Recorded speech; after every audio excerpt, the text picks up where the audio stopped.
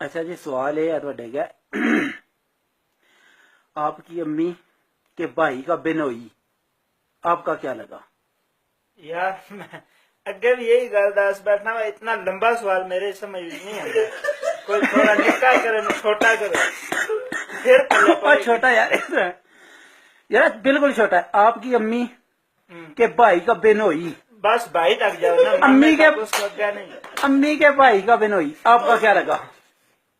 गल तो फिर फिट हो गल तो उत्थे ही है गल वही है उत्थे ही है गल कोई छोटी तो नहीं ना, गल फिर भी वड्डी हो जाती है। फिर भी वो मामे तो अगे तुसी समझाओ जी, तुसी बस सिर्फ मामे तक गल रखो बस। मामे तो अगे चाहो, मामे तो अगे मन को नहीं जाता। निक्का 8-9 साल मुल्तान काटा ते मन इतनी मालूमात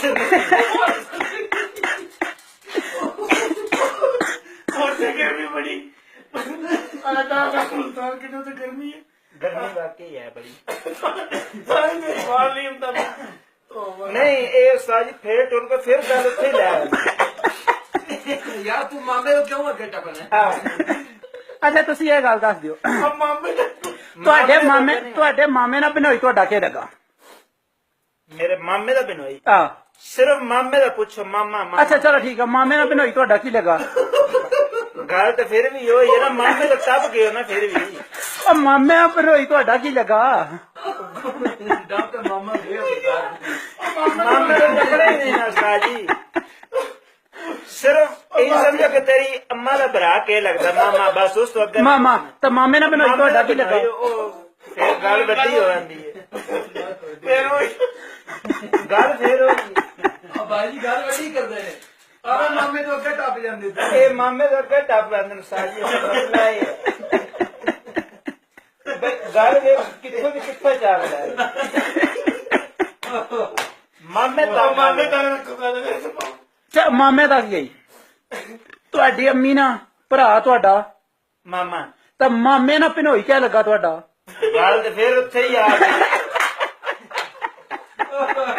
गल तो फिर उत्थे ही आ गई। मामे का बिनोई क्या लगता है? मामे तो टपड़ा नहीं उस्ताद जी। ਤਾਂ ਮਾਮੇ ਤੋਂ ਨਹੀਂ ਟੱਪਣਾ ਤਾਂ ਫਿਰ ਸਵਾਲ ਇਹਦਾ ਜਵਾਬ ਕਿੱਥੋਂ ਆਉਣਾ ਹੈ? ओ, बस मन मामे तक पोता पूछ लो।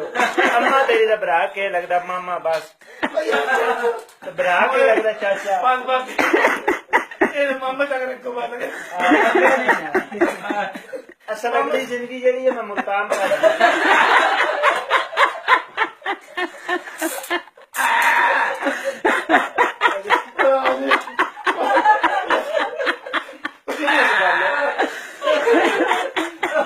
असल जी उम्र भी जाकर रिश्तेदार पता लगना है वो मैं